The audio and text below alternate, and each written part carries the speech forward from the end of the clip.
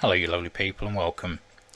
This is my review video for the recently released BF109G-6 by FlyingIron. As you can see, it's in my aircraft selection there. Just show you the liveries quickly. There are 10 to choose from bare metal, different Luftwaffe squadrons, and even an Italian markup there. So a bit of mix and match, and they're all very highly detailed. Weight and balance we're not going to worry about because we can do that with the electronic flight board in the cockpit. So let's load the sim up and have a look at the aircraft. So looking around, as you can see, everything is beautifully modelled and textured, really nicely done.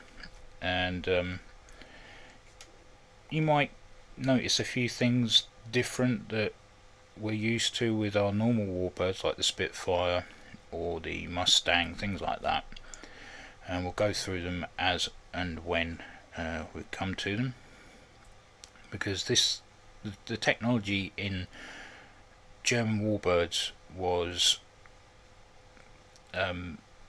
leaps ahead of anyone else. I mean, yes, we built more agile, possibly faster aircraft, but the technology that went into these to make life easier for the pilot himself was pretty impressive.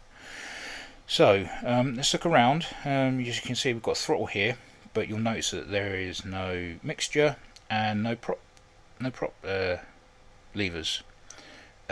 Mixture is auto, so that's one thing you don't need to worry about. And it also has an automatic prop governor, which will change the pitch of the blades with the speed, and that's all dealt with the clock here. But you can go manual on that one. We've got an auto, so using the prop pitch binding, you can actually control the prop pitch anyway. But it's things like that that just make things so much easier for the pilot. It's all done for you, and don't have to keep balancing the aircraft out and things like that. But you've got your wheels here for trim and flaps. Got vents either side, oxygen, circuit breakers. Your radiator controls are here. Gear obviously here. You get starter. Another thing that you'll notice, because of all this automated stuff, the spark plugs tend to wear out pretty quickly at low RPM, so you have to clear the plug fouling using this, and that will keep the spark plugs working properly. Trust me, if you leave that and don't clear the fouling, the engine stops. This aircraft is very highly what's the word I'm looking for? It's very in depth, both with engine heat and various bits and pieces to do with engine running. So you really do need to be on the ball, where you don't need to worry about prop pitch and mixture and those sorts of things. You do need to look at other areas. We've got our magneto there, and we've got a little comms radio there, and obviously you've got your normal instruments, speed, tachometer, manifold pressure, height. As I say, that's your prop pitch clock. This is your navigational aid, which works, well, I'll show that in another video, but it works on VORs, which you'll input into the radio, and it will tell you how to get to those. And then obviously you've got your bearing compass, temperatures for both coolant and oil, pressures here, and yeah, just a lot of stuff in here to take in. And there's your tail wheel lock, which you really do need to be on the ball with that as well. But looking around, other than that, you can change configurations using the electronic flight board. So we'll get that up. Okay, so if we just go to settings, I'll zoom in here. So you can replace the gun sight with the GPS if that's what you so wish. I prefer the gun sight. You can change the canopy, which I'll show once we do the externals. You can hide your pilot, hide control column, hide spinning prop, install a tropical filter. If you do, you need to be aware that it does take a little bit of the speed away. I believe it's like 12 kilometers an hour difference. You can install the weapons if you have the third-party version, which this is. You can install radio and transponder, that bit there. So if we click that, that'll disappear. Another one which is good is replace the German with English. So I don't speak German, but or read German, but you can change the labelings to help you out there. You can turn off the stress and failures, and then you can do a pushback. You can connect the battery, or you can do that manually in Cockpit. There's a reason for this, because usually that's done via the ground crew, and it's just been added to make life a little bit easier. And it also tells you your aileron trim. Again, with FlyingIron you get a workshop tab, so that if anything's running a low percentage, you can click that and get that sorted out. A basic autopilot, so if you need to step away, you've got an autopilot to help you out there. Loadout. Now you get three configurations: short range, which is clean; medium range, center fuel tank; and long range, you carry wing tanks. So this is here where you'll select those. If I click medium range, you can see we've got the ventral drop tank. Click long range, and now we've got wing tanks, and be the case outside as well. Short range, we'll have a look at those when I do outside. You can get real-time stats on the engine and the aircraft with these tabs. Gives you V speeds, and then you've got your checklists here, as well as obviously in your tick up here. So we'll close the tablet for no, actually no, we won't. We will do a quick external, and then I'll show you the configurations.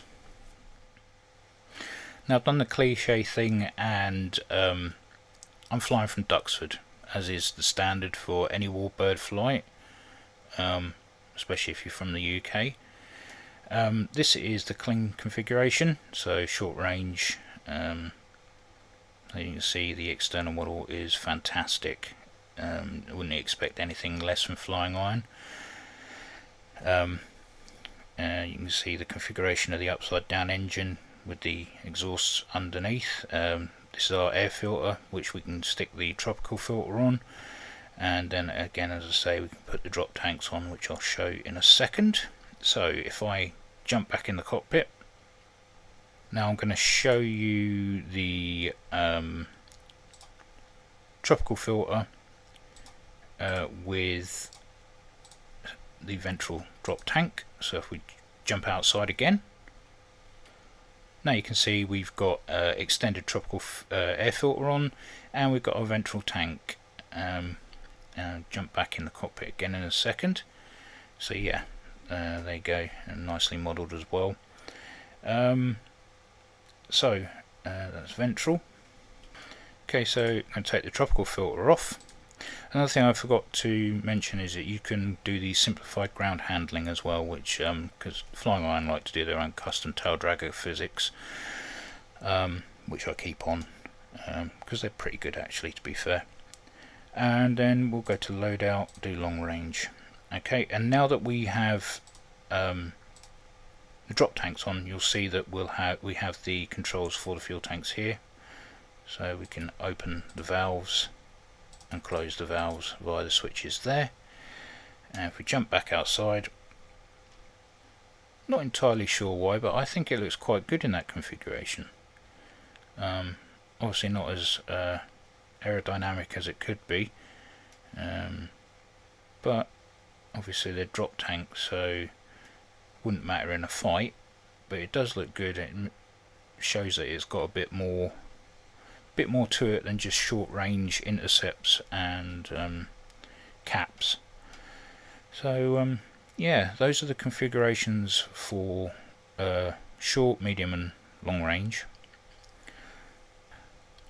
Another thing to add is that a Jungens JB30Z chronograph has been beautifully modelled to go inside the cockpit, which was a part of the real aircraft. And yeah, I just thought I'd mention that because obviously a lot of detail has gone into that, just to add that to the cockpit and make it that bit more immersive. Another thing is it has a methanol water injection system, so that basically it's like a war emergency power. If you're flying along, you need a bit of a boost, you can flick this switch and it will inject methanol water into the engine and boost the performance. Two things to remember though: you only get 27 minutes total time until the tank's dry, and you're not to use it longer than 10 minutes at a time, so be aware of that because you can damage the engine. So there is that. Apart from that, now I think I've covered most systems. There is a winter startup mode as well, so if you're anywhere that's below -10 degrees, you will pull this handle. Priming is usually around about 5 pumps, sort of average. Colder it gets, the more priming it's going to need, so be aware of that. So you'd prime, pull the winter start, and then charge up the inertia, and then flick the start switch to get it going. So you need to remember that. And then there's also the fuel valves just underneath the throttle, which is, I guess, a replacement for the mixture that we're kind of we're all used to. You've got 2 fuel valves in there, a rear and front, and you usually flick that all the way to both open, but to test the valves before you go anywhere to make sure that they're all working. And that's it. You can jettison the canopy, and yeah, I mean, your circuit breakers here. Once you've got everything up and running, you click this button here, which will push all circuit breakers in. This one will pull all circuit breakers out. Don't think that you won't use them, because they're basically replacements for switches, so you will be using them. And that's it really. Let's get the thing started and listen to the sounds. Right, as you can see, I've got the beast started up. It sounds absolutely fantastic. Now, it's not long been started, so I can't rev the engine, otherwise we'll have an oil issue. But as you can see, I've only been sitting here for a few seconds. You can see that I'm already getting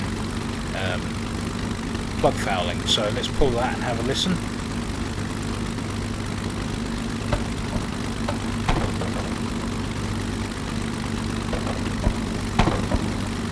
That's absolutely fine now. That's back to 0. But we've got to keep an eye on that, because that doesn't just stop it. As you can see, it's climbing again. But yeah, we need to keep that so that we don't kill the engine off. So everything's in where it should be. All the electrics are live. Let's get up to about 1000 RPM. Just let it run so that the oil temperature climbs. Otherwise I will end up killing the engine. But let's jump outside and have a listen.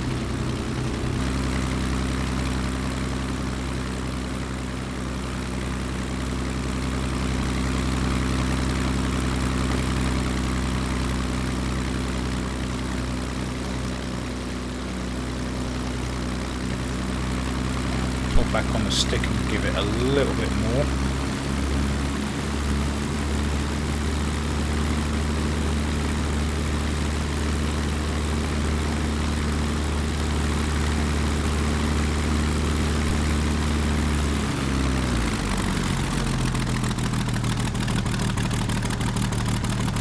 And I think it sounds absolutely great. Clear the fouling.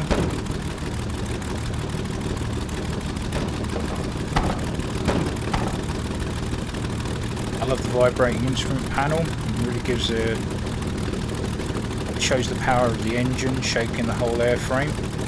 We can close the canopy. Okay, and that's quite impressive how much that takes a lot of the noise away. So anything I think it's under 1.0 ATA or 1.2, the engine will foul. The spark plug, sorry, will foul. So you need to keep it above, I think it's 1000. Test that L. I think we're up to temperatures now. Soon find out because we'll have an oil splatter on the canopy. Take to 1.0. Manifold pressure, remember, it's ATA. I'm not 100% sure what that means. But yeah, that's your manifold pressure. But because the mixture and the prop are all automatic, we don't really need to worry about manifold pressure too much. So if we take the fouling away, and you see we've got no more fouling because we're running the engine up at a decent RPM. Zero out the altimeter. That's in kilometers, so if you're not used to that, just be aware. And also kilometers an hour on the indicated airspeed. So yeah, we run the engine up. You can test your fuel valves. Seem to be working fine. Test your magnetos out. Should only be a little bit of a drop. But just to show you the manual prop, you need that for taxiing. There's a little switch under here. Just click that. I believe it's in manual. Yeah, it's in manual. So if we watch the clock here, I'm going to put the prop pitch to 12 o'clock, which is the what is usually set for taxiing. So drop that a little bit, get it as close to 12 o'clock as we possibly can. And there we go, we're good for taxiing. But yeah, it's all done by. It's all described in the manual, but the clock is quite important if you're in a manual prop pitch. We'll stick that back in automatic, and you can see as soon as I put the throttle forward, it starts to change the prop pitch. Okay, check the fouling, 1%. Okay, right, so going to put the flaps down to 20 degrees. Boot on the oxygen. Radiators I am going to put to automatic. You can open them. I'll just show you what they look like opened. It basically looks like a split aileron, like you get on the B2 for air brakes, which is quite an ingenious idea actually, because the airflow going through the radiator this way and out through the back of the wing is quite clever. But we'll go back in, we'll jump back in, stick that on automatic. So put that back to auto, and we will make sure that the tail wheel is unlocked, and we're going to attempt to taxi to the end of the runway. So what we do for this is we will need full right rudder to counter the torque, and we'll use differential braking for making our way to the end of the runway. Now luckily I know Duxford quite well, so I don't need to do any of those weird S-turn taxiing manoeuvres, because that just, it's more difficult, more trouble than it's worth. So if you are someone who can S-taxi, I envy you.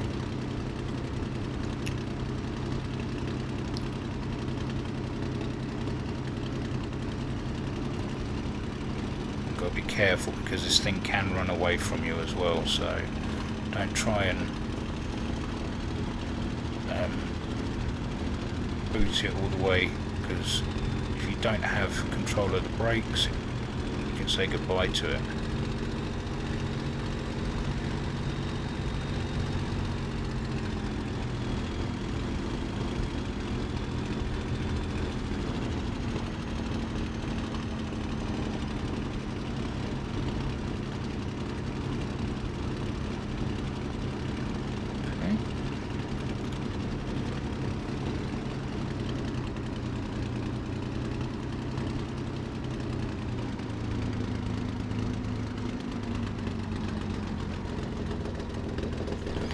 Clear any fouling that we've got on spark plugs. It's quite high now.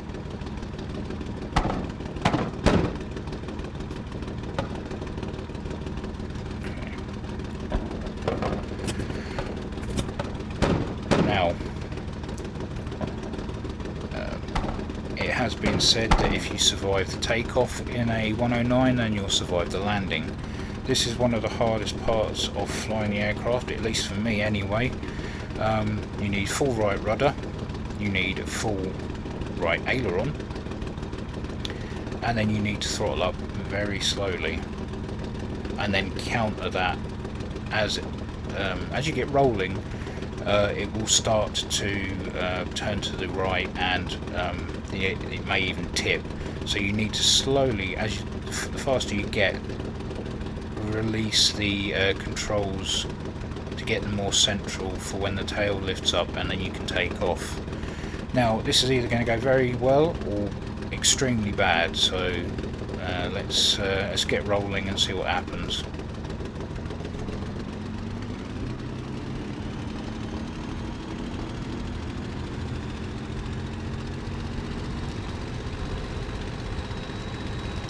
So counter. And there we go. That's what happens when you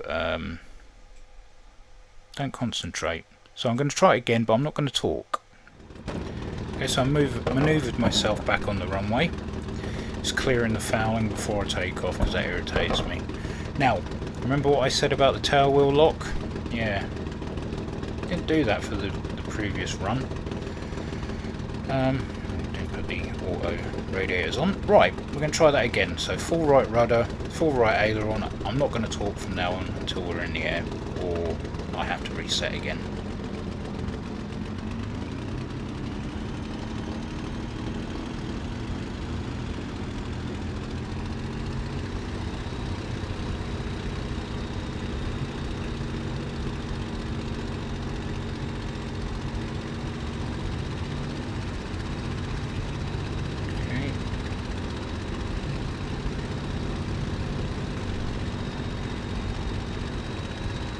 We're up. Gear up as soon as you get off the ground, get the thing clean, and now we can accelerate a little bit more. Okay.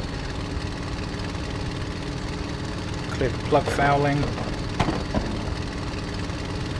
Okay, and now we can trim out.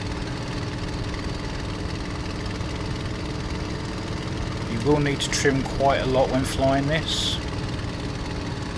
It's not an easy ride. You have to fight for the best performance. Now I admit that's not my best takeoff ever, but I'm in the air, I've survived, and now I can go on my merry way. So what else can we look at? you can switch on the gun sight here by dragging that. So we have a working gun sight.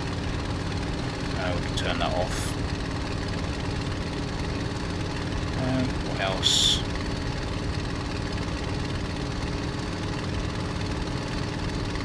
Like I say, it's constantly trimming. I like to fly around about 1.3 ATA on the gauge. Seems to fly nicely. It's not over the top. And oh yeah, I can show you the methanol water injection now. So I'm not going to touch the throttle. It's at 1.3 ATA, as you can see. And now I'm going to flick the switch, which is located here. So watch the ATA. Okay, without touching the throttle, I'm now nearly 1.6, and getting increased boost in performance. We can also turn that off there again without touching the throttle. I'm now back to 1.3 ATA. Okay, so aerobatics wise, it is very manoeuvrable, as you'd expect. It's very quick. You can easily get up to top speed without really trying in this thing. I have had trouble performing loops in this because when I get to the top of the loop it seems to flip out. I'm not quite sure what I'm doing wrong, but we'll try it now. I'm going to just show you.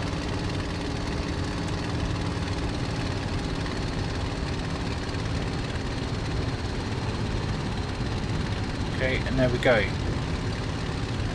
For some unknown reason over the top it spins out. I've not really worked out why that does that. But other than that, it flies like a dream. It really is a solid performer. It's fast, it's agile when it wants to be, or when you can get it to be agile, because obviously the faster you get, the less responsive the controls get. So yeah, a lot of fun. I've not managed to get in a dogfight with the Spitfire just yet, but I plan to at some stage. Other than that, this thing is absolutely awesome. Worth it every single penny. And great fun to fly. So, I mean, as you can see, look, I'm now at 600 odd kilometers an hour, and the responsiveness on the controls is very sluggish. So the idea is not to just nail the throttle to the wall and then try and outmaneuver, because you're just not going to do it. With the BF109, the idea is to try and keep it not, you know, a reasonable speed, but one that where the controls are going to do what you want it to do, a bit more demanding. So, like I say, just don't nail the thing to the wall, because compressibility controls just won't move. So the flying dynamics of this thing is unbelievable. Just like all the other flying iron, I feel like I can't knock flying iron at all. Everything that they've released so far has been very impressive. The Spitfires, the Hellcat. I mean, there's four different types. So you've obviously got the P-37, P-37, P-38, Lightning, P-37, and they've all got their own characteristics. The Spitfire is very graceful, agile, moves beautifully. The Hellcat is brutish. It's just a flying fist basically, and it gets the job done. The P-37 or P-38. Why my brain's not working on, I don't know. Lightning is very agile, but it's very brutish in its power. The BF109 is just pure grunt. This thing really really does move like it means business, and it, again, like I say, when you get it at a speed that's good for the aerodynamics over the wing and you get good responsive controls, it's really agile as well. So it's a bit of a best of both worlds. You can see it just pootling along, absolutely beautiful. But these things weren't built to really be graceful, they were built to get to the fight, dispatch the enemy and get back again. So yeah, this thing is something completely different. You get the vapour off the wingtips if you're pulling tightly.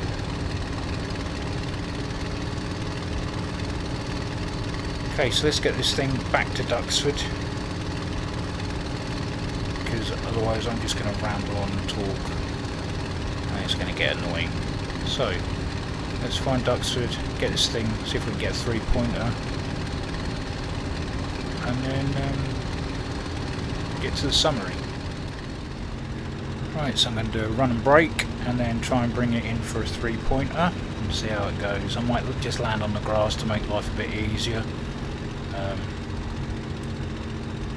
But we'll see.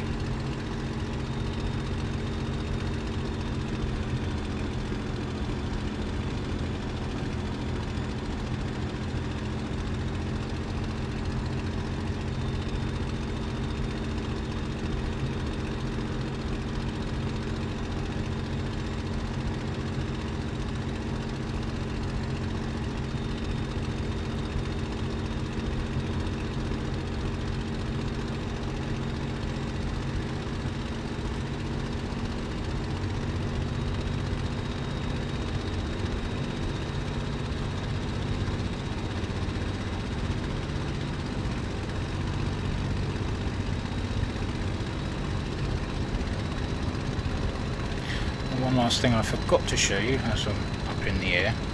Get the tablet up if I can. Actually, there's a little bolt here you can click on and it brings the tablet up.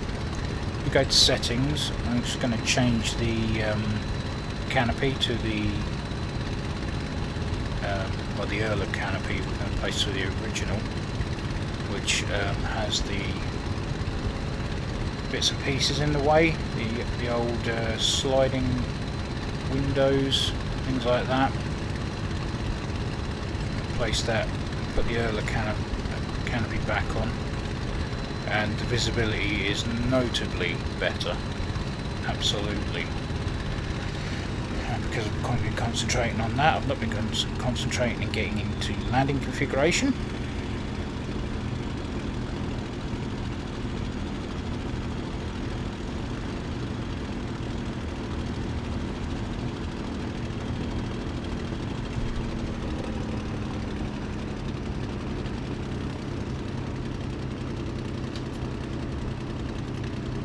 Down.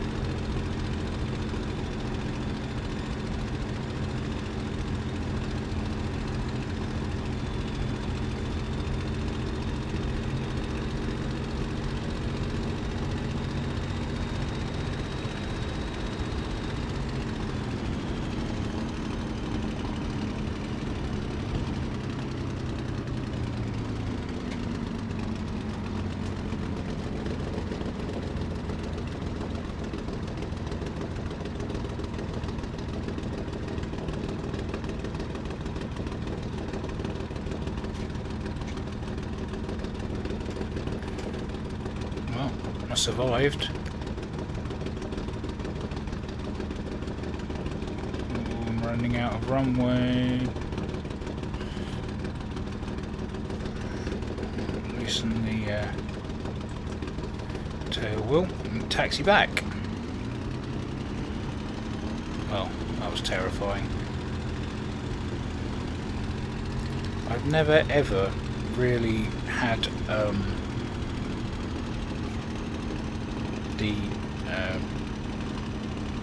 the fear of taking off and landing in an aircraft before like I do in this thing, because some may find it easy, but for me it is a completely different beast. It really is. It's a pain in the backside. I can see why so many people were killed in accidents for taking off back in the day.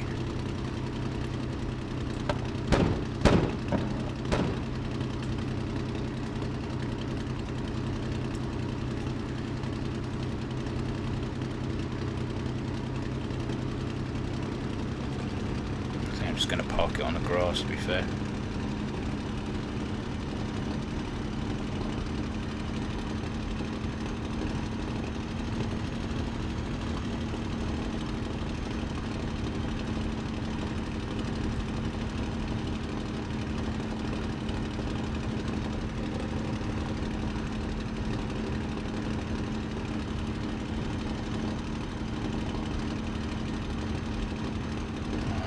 Park up next to this bulldog.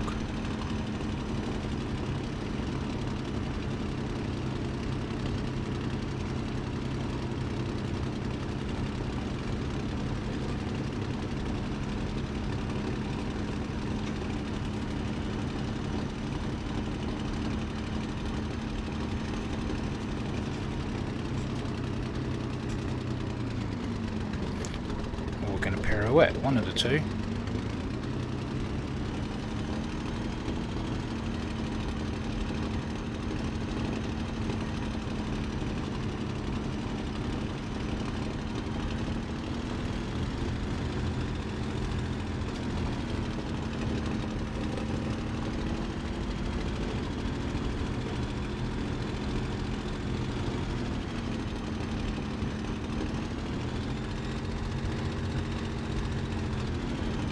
That'll do. Right. Open the canopy up.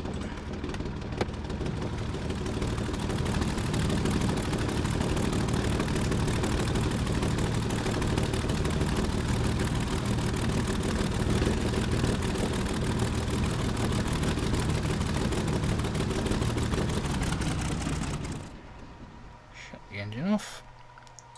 Kill the circuit breakers. As always, I forget to do the night lighting part of it, but look how gorgeous that looks. All you need is the circuit breaker down here for UV light to be in, and then you've got rheostat here which controls the brightness, and it's just absolutely gorgeous. Look at it. Very nicely done. I don't know if... No, there's no glow in the dark gauge parts, but yeah, that's just beautiful. So if you want to do any night flying in this, there you go, you've got your gauges.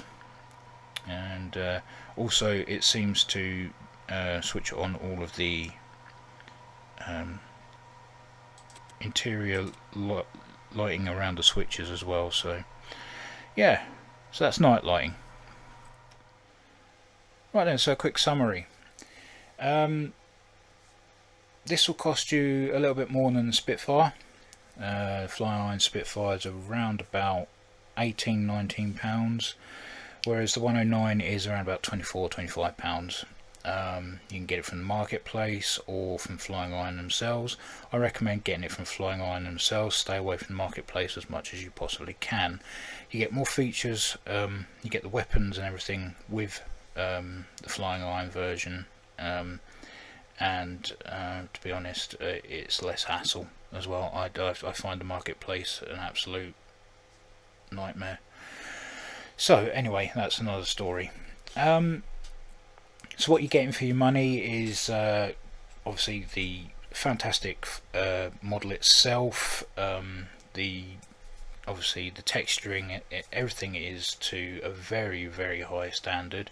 The sound is fantastic, and it's obviously taken from the actual Daimler-Benz 605A. And it's been taken from all angles, external, internal, and around the aircraft, and even a buzz from the buzz of the tower, which has been recorded, so you can even get that part of it. The flight modelling itself, from the performance and custom coded editions, just they've done such a good job of the flight model itself. It flies lovely. You'll learn once you get into it the vices, the takeoff, landing especially, but flying at very high speed you can cause yourself problems. So it's not a simple A to B kind of thing. You really do have to work to fly the thing. Then you've got other bits like the J30BZ chronograph, which is well, I guess is a great addition if you know all about the BF109. I don't know much about this chronograph, but apparently it's a big deal. So they've modelled that, which is nice. The V12 engine has been replicated to as close to the real thing as possible, with thermodynamics, engine physics, oil temperature, pressure and viscosity, things like that, to make the engine react and behave as close to the real thing as possible. And then there's the electrical systems, circuit breakers, everything to keep you busy in cockpit. Then obviously you've got your custom ground handling like you do with the Spitfire and everything else. The UV cockpit for night flying is simply gorgeous, and you know, it's something not a lot of people really look at. I mean, I tend to skip over it when I do my reviews, because night flying, I don't necessarily connect with warbirds because of the rules for today flying. But back in the day, obviously, when they were the things to be flying in, night flying during the war was definitely a thing, obviously. So all of that has been added, so you can do night flights at your leisure. So, and then you've got the electronic flight board or tablet, which has all the added extras, servicing, blah blah blah. So you're getting quite a lot for your money, and it's quite in depth.